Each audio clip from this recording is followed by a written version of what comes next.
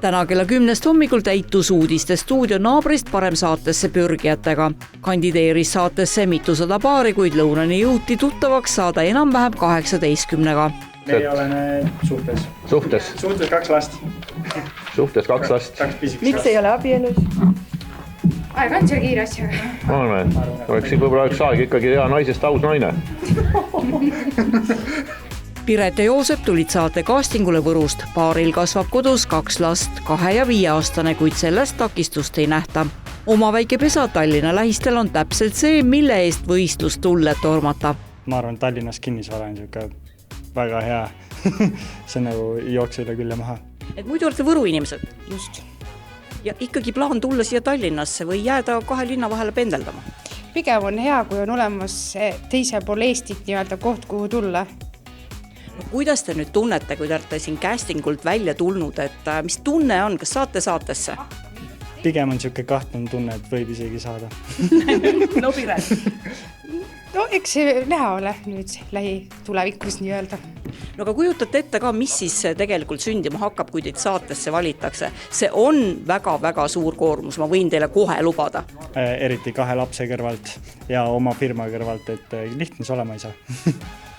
Jah, aga ütleme, et raskused on selleks, et neid ületada, mitte alla anda. Nii et kavatsete panna täie rauaga? Loomulikult. Ikka. Eks pingelangus tuleb ikka siis, kui otsustajate laua eest läbi käidud, kuid ka ukse taga ootajatel kindlat närvi jagus.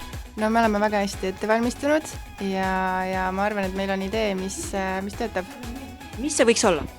Et mis töötab või? No muidugi, mis töötab, ma ei tea, mis töötab. No see idee, mis meil on.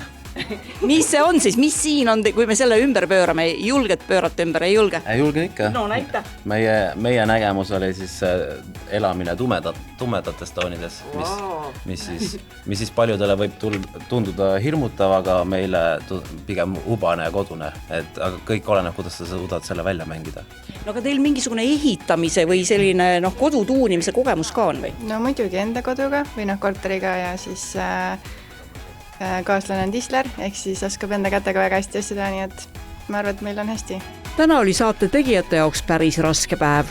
Saatesse soovijaid oli tõesti palju, kuid saatesse valida sai vaid 4 paari. Me oleme näinud väga palju erinevaid inimesi ja tuleb tunnistada, et ma isegi ei mäleta, kas on olnud nii head saaki mõnel aastal kui praegu. Et igaüks, kes sisse tuleb, sa mõtled, et pagan, see võiks ka olla saates, see võiks ka olla. Need on ka jumala huvitavad inimesed, aga pääsevad ainult 4.